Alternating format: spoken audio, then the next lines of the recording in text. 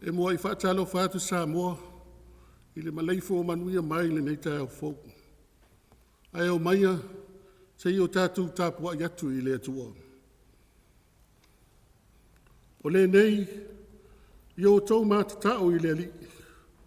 Ma o ona ia te ia ma le lota sao, ma le wha maoni.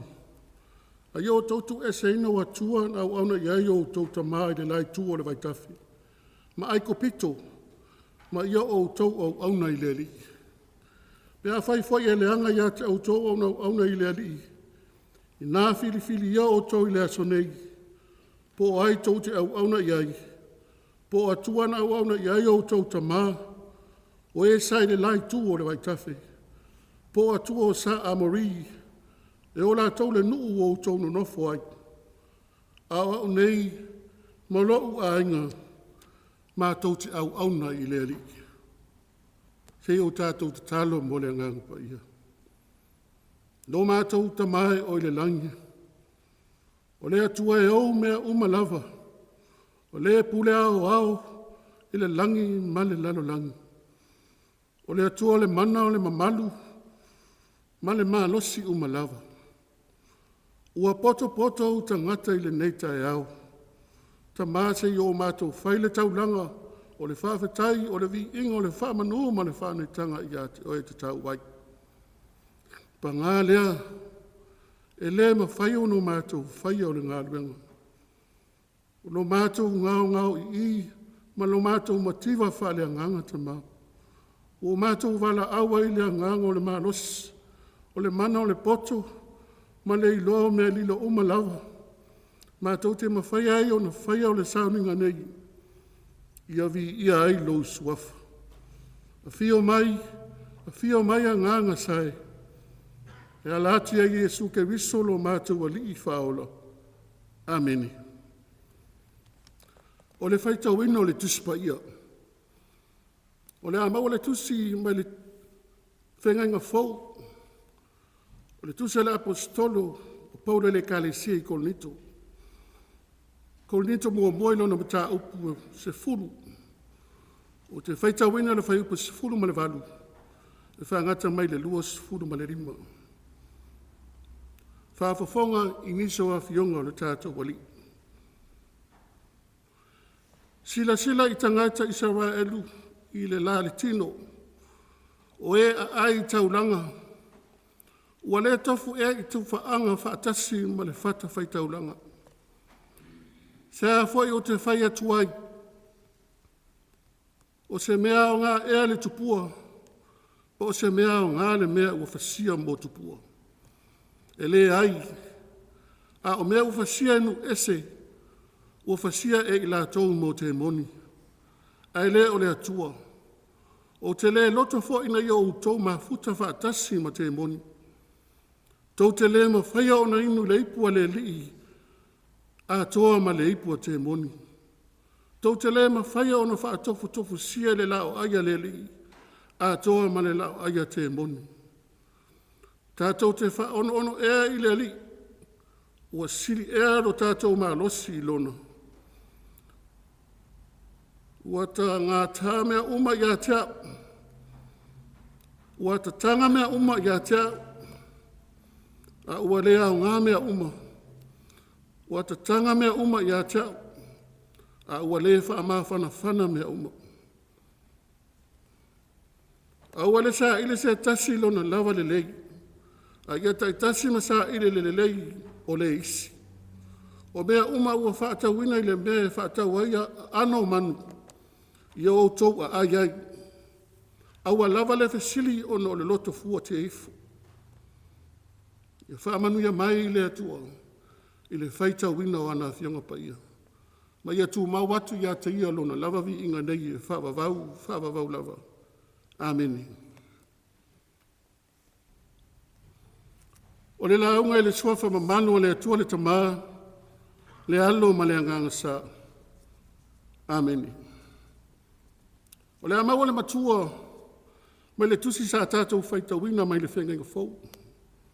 Ko nito I lona mataupu, e se fulu, a lona whai upu, e se fulu ma le valu. O te whaita wina e whapea. Wa ole mata upu le sa tauru. Ole valea le ie malaya. A ole mana le tua ia te tātou wa whao laina. Tau te le mawhaia o na inu le ipua le li a toa ma le ipua te moni. Tau te le mawhaia o na wha tofu tufu sie le lao aia le li a toa ma le lao aia te moni. O le manatu au tū, o le tuse le au leo leo, o le lima taitaina ai, le nei fo i vai asu. Le wha pea, o le mana o le sa taulu. The power of the cross. O le mana o le sa taulu. A whai tātou te tautara i le upule nei o le mana, po o mea ma mana. O lona uinga ua tala noi me so tai mane malo si lilo. Ia po o le upu fo i lea ua tā ua le tātou ngangana Samoa, o le mauli. I tala tu o le ngandu ufa Samoa, o le mana po o le mauli, e afi fi na tāo whai e le upu lea o le anganga. O le maalosi lea e o laile tangata. O le api sā, lea whai mai e nofo ite, ai mana tuna tunga ma le anganga o le tangata. E iei taimi na whaapea nei Samoa yasu ana mua, whai mai e i tū rua tangata. Ai o le whaamana mana ma le wha ite le na mate ai malo. O lea foi na valo aina whanua ma whaapea ane ngā maari atoa, fitse manu. Ia tale i langi se hao lo malo. O fōlinga nā, sa tuwhe siri, ma sa ili no solo ai. Whape nā fo i le laro langi. Sa whe lava sai, ma sua ma veu o na talito nunga ma tau whinga. Sa whe numi ai le amatanga. Sa se ona nunumi ma ngao e le mautonu. Ai ina ua whengao i ai le anganga ma mano le atua i le whangatai. Ma whetalai ina ama lama ia. O na lama ai lea. O suru ave malo losi o le tala le lei. O inana motu sia ai taulo le pongi sa. Ina wato ai maile lama o le li faola. Ma watasi ai le whaafitinga o aleanga. I le talia o le mana o le atua sili esi. O lea wale ai ma solo ia mauli wha i tū rua. Po o mana o aitu po malangi o Samoa. Ai ua tafa manino maola lama le atunu. I le tātou tusi whai tau o le nei Taeao. O lea fo i le ngao sāwhe numi ai. Sāwhe tā iai ma le apostolo Paulo i Korinito.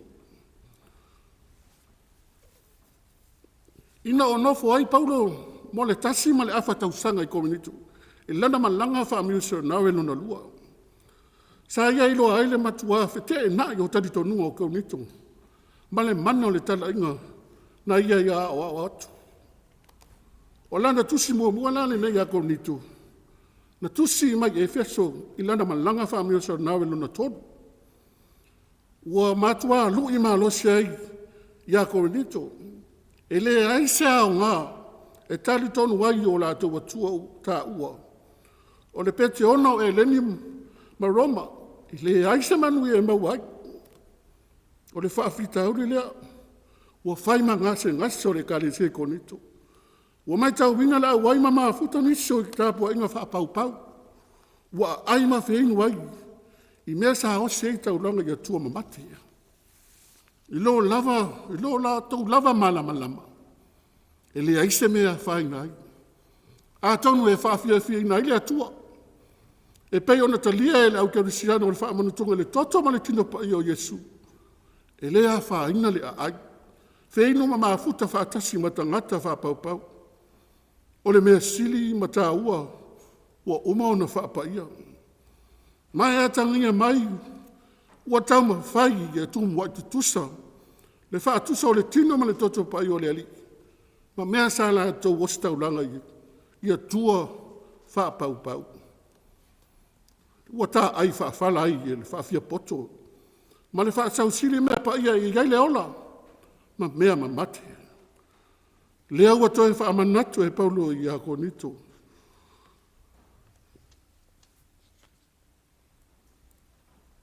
So sola ese maia.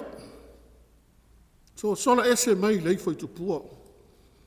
Ma le Tapuaiga ia tua whapau. Tau te le mawhai ona ai i le lao ai. Ale li whatasi ma le lao ai a te moni. Tau te le mawhai foi ona whengu. I le toto le li. Ma mea o foi natu. I tupua whapau. O i fonga i tupua matari tonunga o le pongi saa. E osi le tangata wha le lano langi, masa ile le poto, whai mai e maua lunga matu mate. E le poto, e lima taitaine e tu whaatani, e i umalai ai. O koe nito e Tapuaiga tuo, o tala tuo e leni maroma. E wha mamalu ia tuo o ringi pia, ma Tapuaiga tuo wha le malo. E matua whewhi loitali tonunga o nei tangata ko nito. A wafai o le onga to tono fe whātau wa ingo le lalolangi. Ma o se ko lona le malo roma. O atua o ko nito e iei a foretate po Venusi. O a Apollo seu maisi. A o la tau atua wha le malo. O kai Sara po le ame peroa e pei o na tā ua o le Tapuaiga wha ame peroa.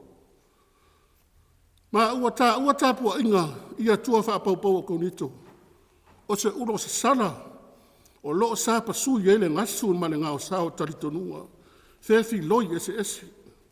Ile ma le nei, o Tapuaiga ia tua o ko nito, e matua ta vivili ai whainga whaate moni. E ala ia mionga, anga sala ma le muri lulua.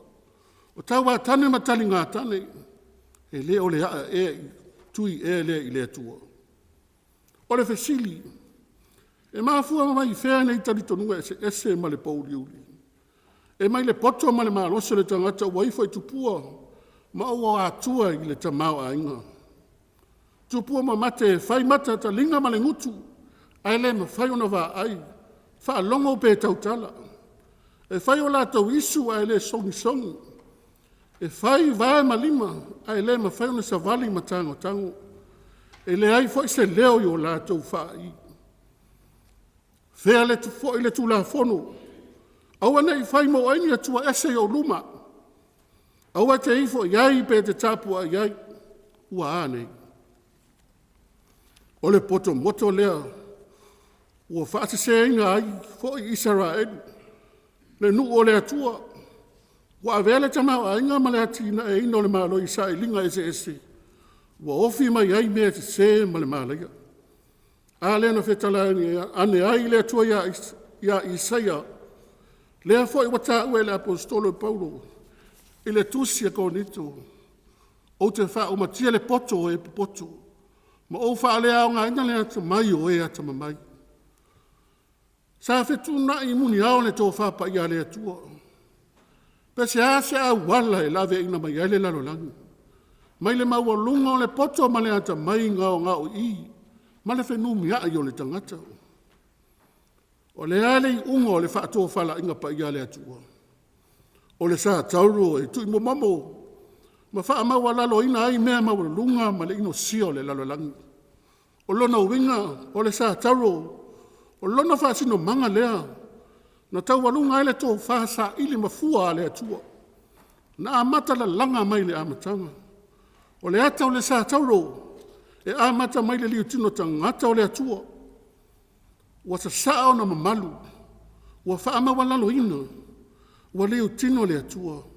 Ma ua wha nau mai e pei foi o le isi tangata. O le awa o mai a le saa tauro. E ti ngā o na mata ngā le tau mata ngā. O se tene muli na te le iloa se tane. Ai saa ia mo ina le mata ngā. Ma sa valia le ala o le whalu maina. Sa wha sa taro ina lona tau le leia. Se ia usta ia le tō whātu tasa lona tamaa. O le loto maua lalo sa ile mai ai le matanga o fia o le wha o le tanga. Na sa varia i fo i lo tātou wali. Na te ena e lona lava nuu. Ma ino sia e ona lava tangata.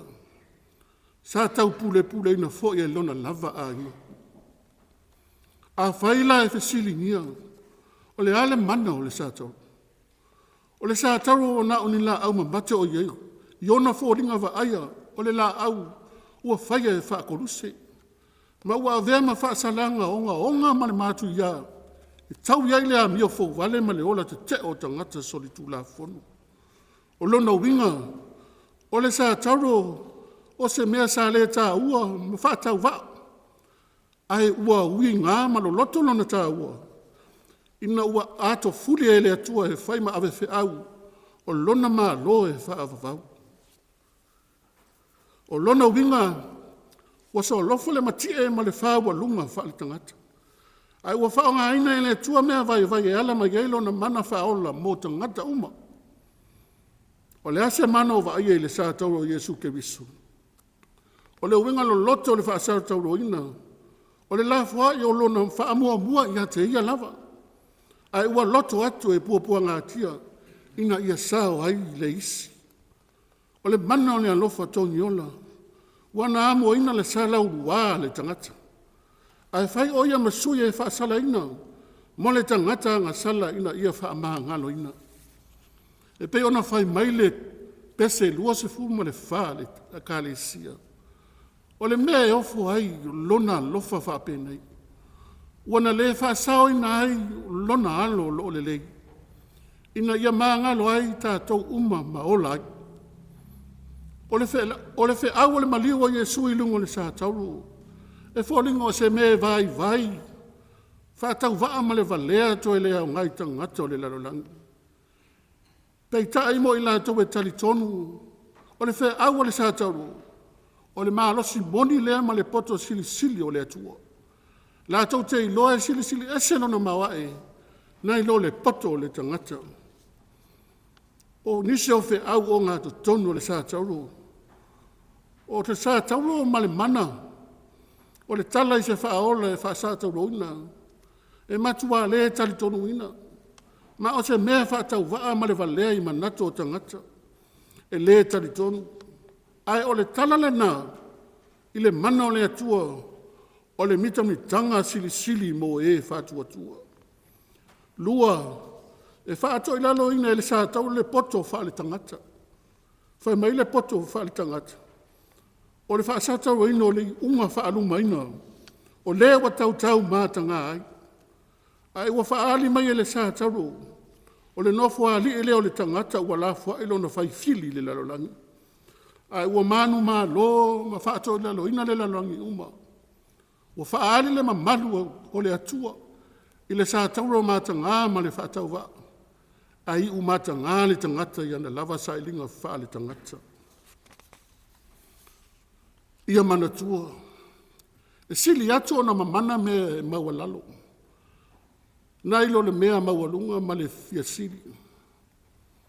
Aua le va ai maua lalo ma whaatau va le tangata i le sa taulo. Aua le va ai whaatau funa le tangata i le whailonga o le atua la vea. O le ala se me sili lo ta whaola ina. Ma le whaasata wina o le li i ami o tonu. Wana ia sao ni o tātou tangata mi o le tono ina ia maangalo. E le o te taulo tātou mita. E tau o le sa taulo Yesu. Ia tātou langona le noto whawhetai i le ali ma vivi. Ia so uma.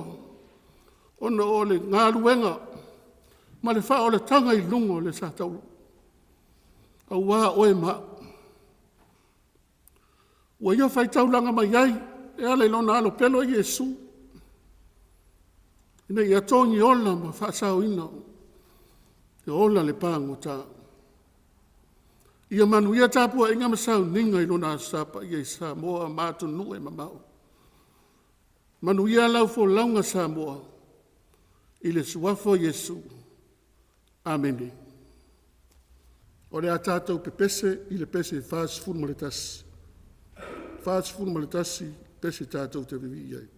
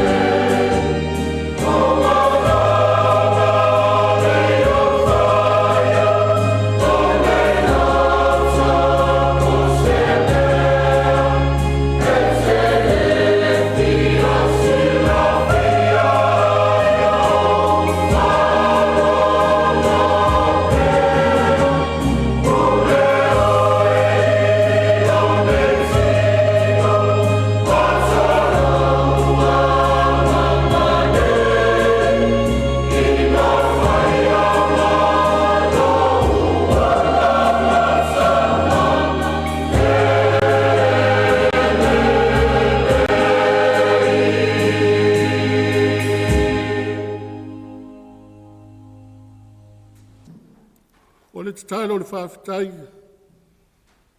talo le whātua senga, ma moli niso o te ato manao I leri.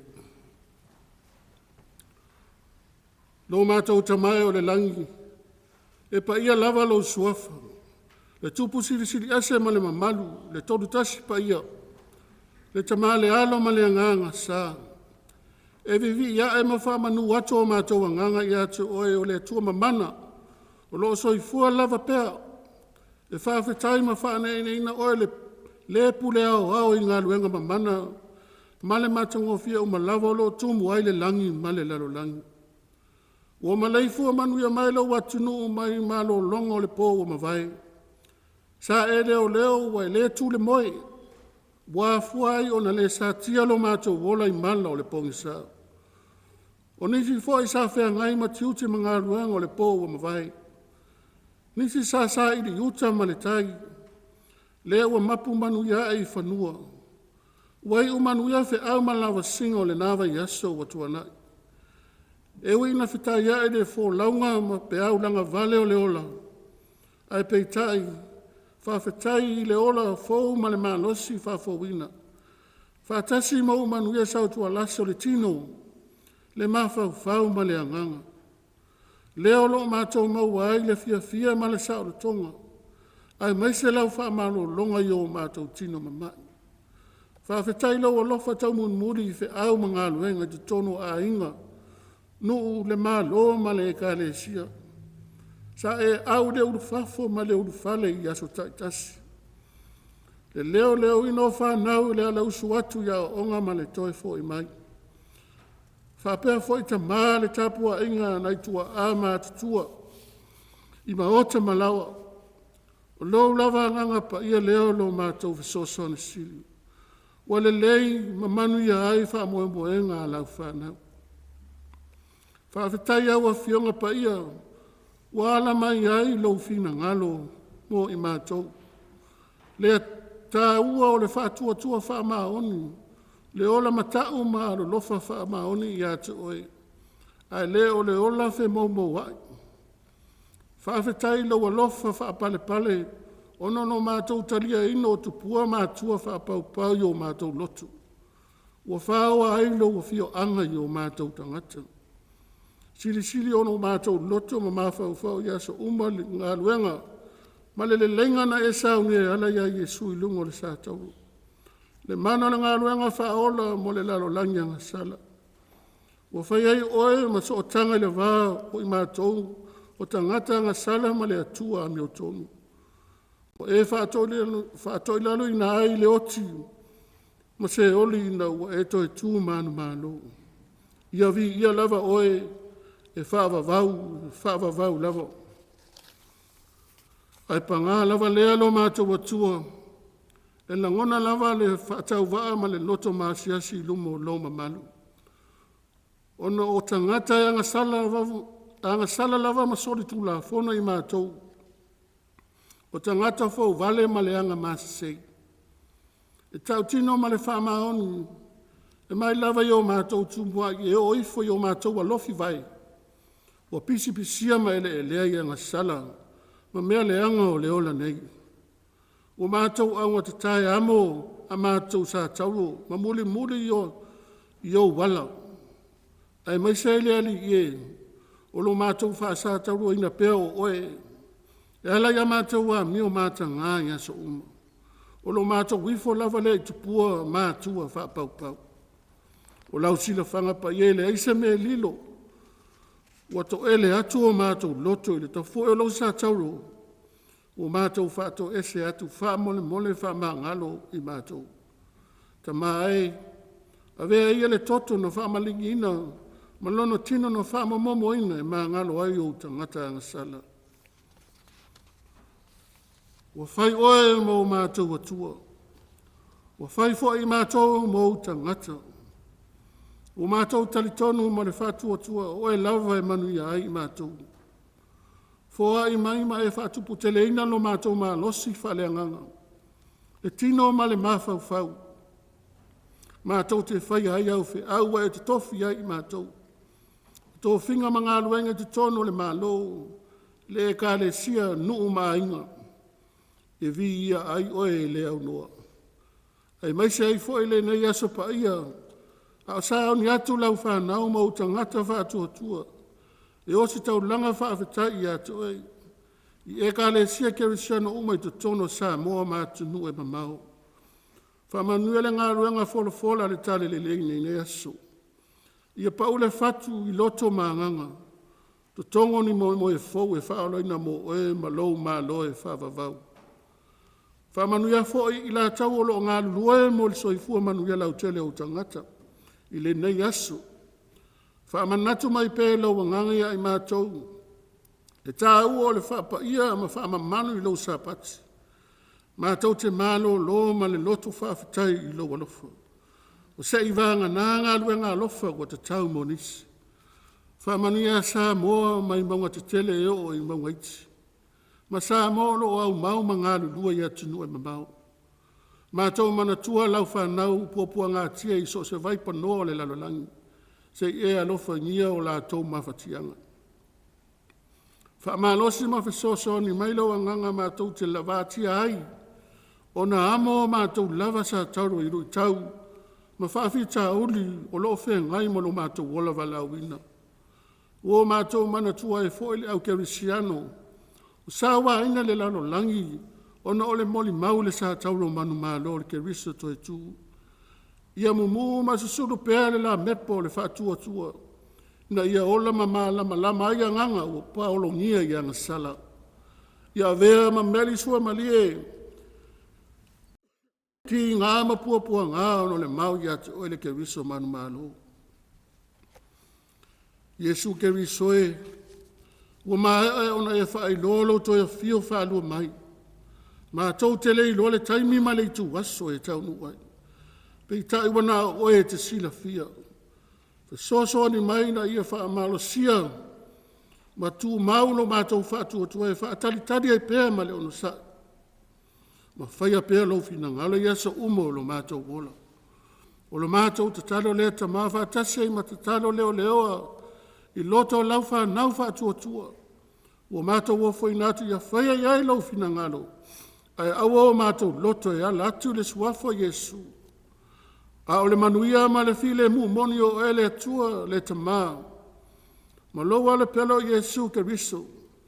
Ile ma le mawhatanga le mo te sia whaatasi ma lo lava nganga. Ia ilunga leo i mātou nei. Ma lau whaanau whaatua tua umai le lano langi. E whaavavau lava. Amene ma amene.